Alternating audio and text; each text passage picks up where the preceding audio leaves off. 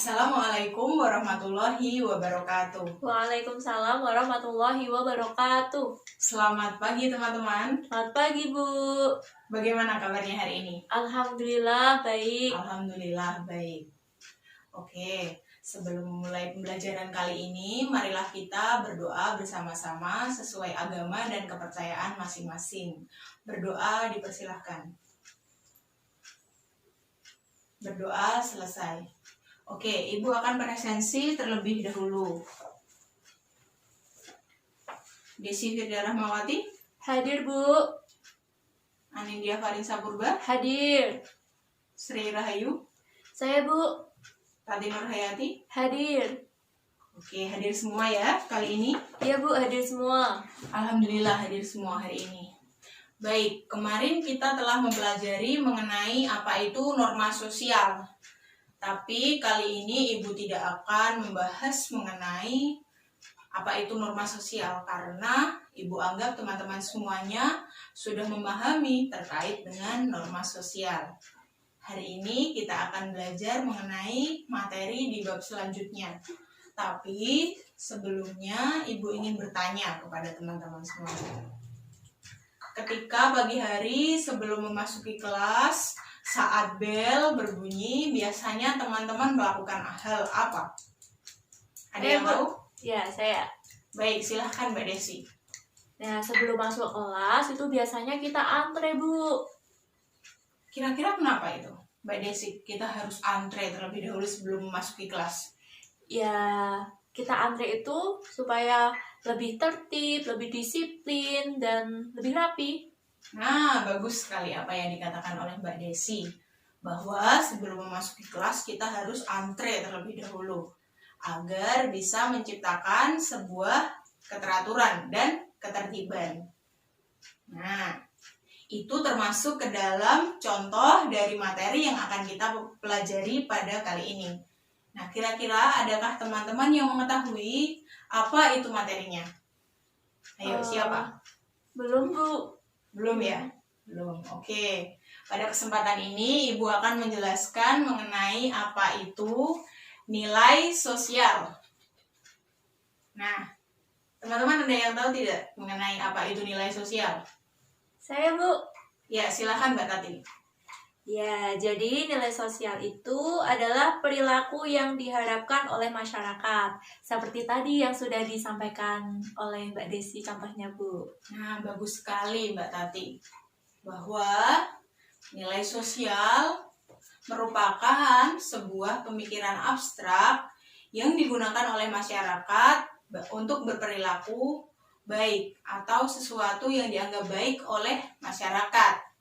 Nah, kali ini kita belajar mengenai nilai sosial tentu memiliki tujuan. Nah, tujuan dari kita belajar nilai sosial, harapannya kita dapat mengimplementasikan nilai-nilai sosial yang ada di masyarakat sehingga kita bisa andil dalam menciptakan sebuah keteraturan atau harmoni sosial. Nah, di dalam nilai sosial sendiri tentu memiliki beberapa fungsi. Di sini ada setidaknya 4 fungsi dari nilai sosial. Yang pertama, nilai sosial bersifat abstrak atau tidak terlihat bahwa nilai sosial ini berada di dalam ranah pikiran manusia, gagasan, ataupun ide. Yang kedua, nilai sosial berfungsi sebagai alat pengawas. Jadi masyarakat ketika berperilaku ada sosial kontrolnya agar mereka tetap berada pada hal yang positif seperti itu. Dan yang ketiga, nilai sosial berfungsi sebagai daya ikat. Bahwa nilai sosial itu sifatnya mengikat setiap masyarakat yang mengikut nilai tersebut. Walaupun nilai sosial itu di dalam masyarakat berbeda-beda, namun intinya tetap memiliki daya ikat.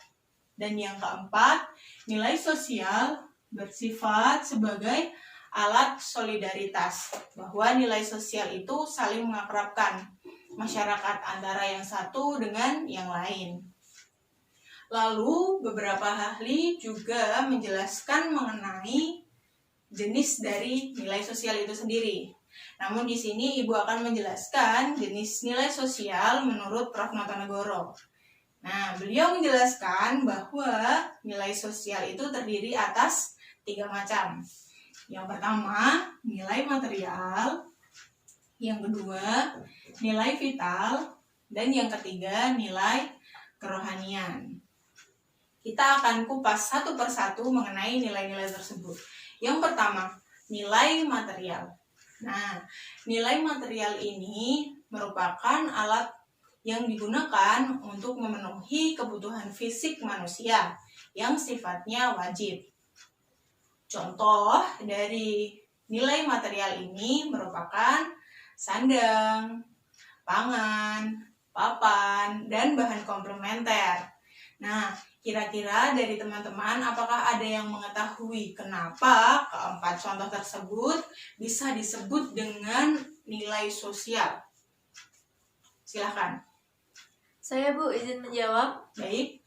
Jadi kalau kita tidak ada sandang, pangan, papan, dan barang komplementer, pasti manusia tidak bisa bertahan hidup, Bu.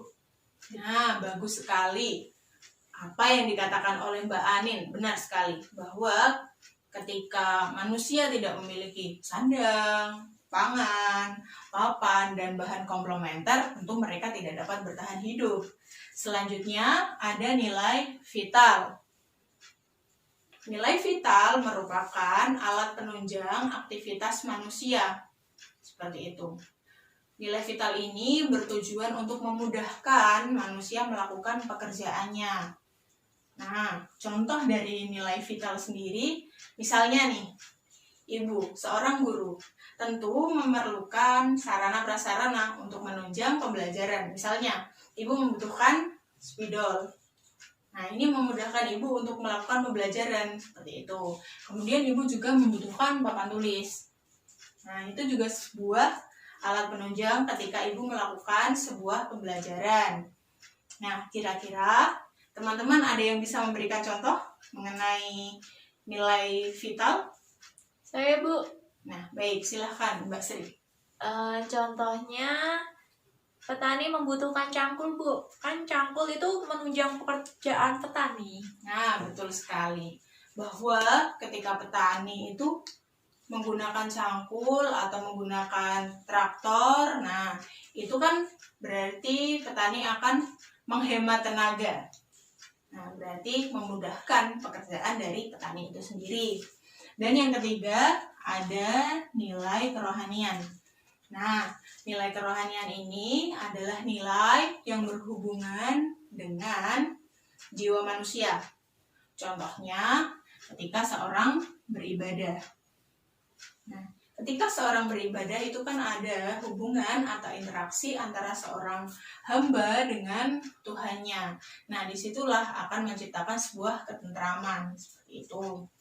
Lalu selanjutnya ada jenis berdasarkan ciri. Itu juga ada 2. Yang pertama nilai dominan, dan yang kedua nilai yang mendarah daging atau internalis value. Nah, nilai dominan ini merupakan nilai yang banyak dianut oleh masyarakat. Contohnya ketika menjelang Lebaran tentu masyarakat akan melakukan tradisi yang namanya mudik. Nah, itu kan banyak dianut oleh masyarakat atau dominan. Nah, selanjutnya ada nilai yang mendarah daging atau internalis value. Nah, nilai yang mendarah daging ini merupakan nilai yang menjadi kebiasaan dan kepribadian manusia. Biasanya ketika mereka melakukan hal tersebut, mereka tidak berpikir panjang. Seperti itu. Apakah ada yang ingin ditanyakan sejauh ini terkait materi nilai sosial? Silahkan. Belum, Bu. Oke, belum ya. Selanjutnya, Ibu memiliki permainan. Ibu akan ambilkan terlebih dahulu.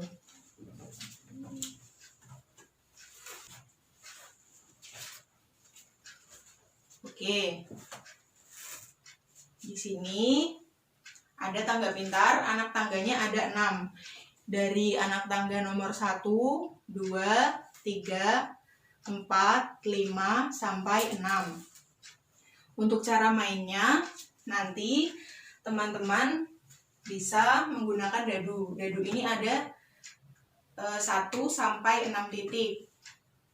Ketika teman-teman nanti menggulirkan dadu dan mendapatkan yang bertitik 6 ya. Nah, 6 seperti ini, maka nanti memiliki kesempatan untuk bermain 2 kali. Kalau mendapatkan dadu yang titiknya tidak atau selain dari 6, maka bermain sebanyak titik yang didapat di dadunya. Nah, untuk cara mainnya misalnya, nanti teman-teman dapat 2 titik setelah menggulirkan dadu. Nah, pinnya ini dimainkan sebanyak mata dadunya. Misalnya tadi kan dapat 2, jadi harus 1, 2, langsung dipin kan. Oke, di balik nomor tangga ini, anak tangga, ada kartunya, kartu pelangi. Jadi ada kartu nomor tangganya, mulai dari angka 1 sampai angka 6. Nah, untuk teknis permainannya, Ibu akan menghitung 1 sampai 3. Sampai 3, setelah itu teman-teman nanti yang paling cepat bisa mencoba permainan ini untuk maju di depan. Oke, kita mulai ya. Iya, Bu. Baik, Ibu hitung. 1, 2, 3. Saya, Bu. Ya, Desi, silahkan maju. Oke, silahkan digulirkan dulu. Iya, Bu. Oke, dapat berapa? Nomor 4, Bu. Oke, nomor 4 ya.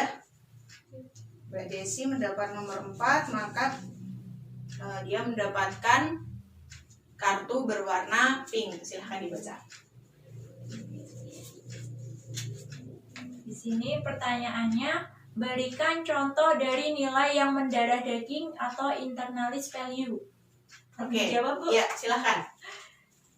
Ya, jadi contoh dari internalis value yaitu seorang ayah yang tidak mampu untuk mencari nafkah untuk keluarganya. Jadi bapak itu merasa dia bersalah, malu, dan lain sebagainya. Nah, benar sekali apa yang dikatakan oleh Mbak Desi.